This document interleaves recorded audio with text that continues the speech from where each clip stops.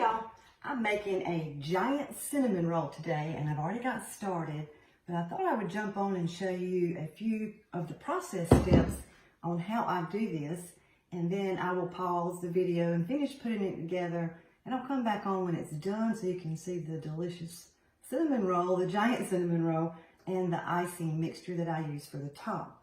So I have bought 3 cans of the crescent dough.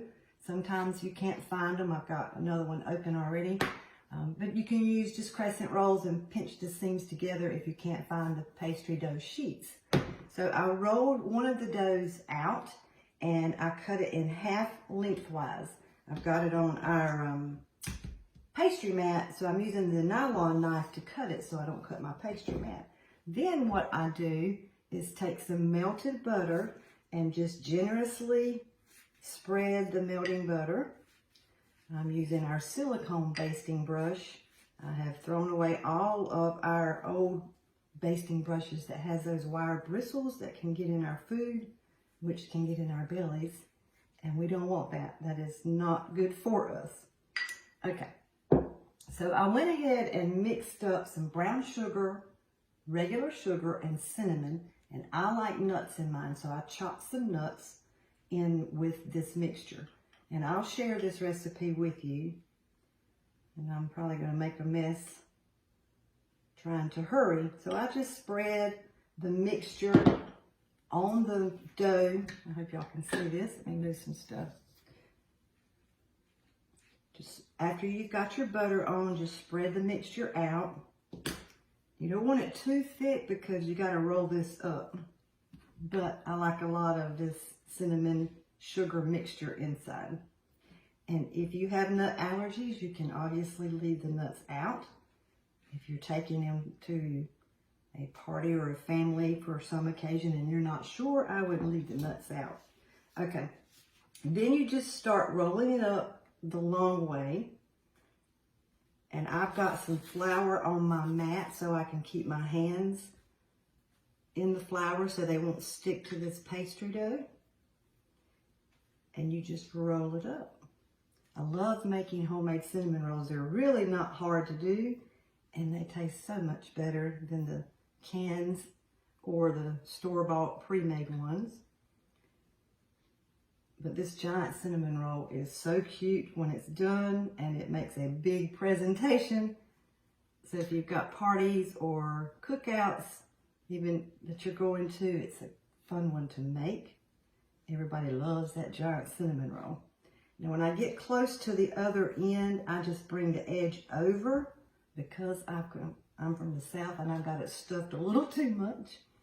So I just bring that over and then just kind of pinch those seams together. And I won't keep you on to do the whole thing, but so you can see what I'm doing.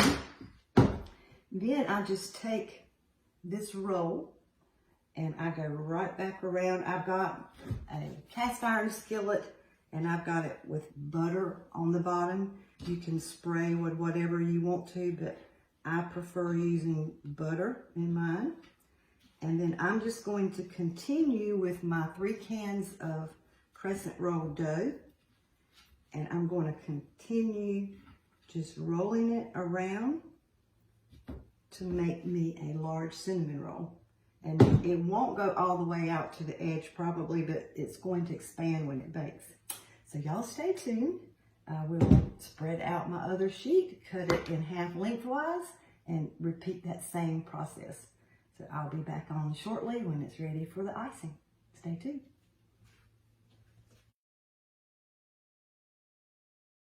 Okay, y'all, my giant cinnamon roll is done. And I've went ahead and put just a little bit of the icing on one spot to make sure it wasn't still too hot for me to do it. And I want to show you, I went ahead and mixed up my icing. So I just want to show you the consistency of it. I have some milk sitting out if I need it, but I don't think I'm going to need it. I like my icing more thick than I do runny. But of course, that's just your preference. Now, what this is 1 stick of butter, and I let it get at room temperature, and 4 ounces of cream cheese, and I blended those together, and then I added 1.5 cups of powdered sugar and 1 teaspoon of vanilla. And you can thin it with milk or heavy cream if you think you need to. So I'm going to just put some on here. My house smells amazing. It's been sitting out probably 15 minutes or more, so it will cool and this icing will not completely melt when I put it on here. But I cannot wait any longer, so I thought I would just jump back on and show you the finished product so I can have a big old slice of this myself. And my children live on each side of me, so I will be calling them and the grandchildren to come over and have some of Nan's big giant cinnamon roll. But I just wanted you to see the finished product. No, it's delicious. And now I will just slice them what they want when they get here. Everybody will have a nice warm slice. This is good any time of the day, but it makes a great breakfast. And it's really not hard to make at all. So I won't finish doing the complete thing for you guys, but mainly I wanted you to see the consistency that I like my icing to be. I used to take milk and thin it out some, but then I found that when I did that, it just melted and just was too thin. So I want them to have a good bite of icing in each serving. So it is delicious, and I've got plenty of icing. So if they want more icing when they slice theirs, they can add that to the top. And I will share both of these recipes with you. But I just wanted you to see the process of me making them and then also the finished product. So thank you guys so much for watching. You don't have to use the cast iron pan. I love Pampered Chefs because they have 2 small handles. Cast iron is heavy, and that one long handle not only is harder to store in your cabinets, but it's harder to lift. So I have the weight distributed evenly with the 2 small handles. But don't that look delicious? If you're close by, come on over and get you a nice big slice. Thank you guys for watching, and I hope you have a great day. Thanks. Bye-bye.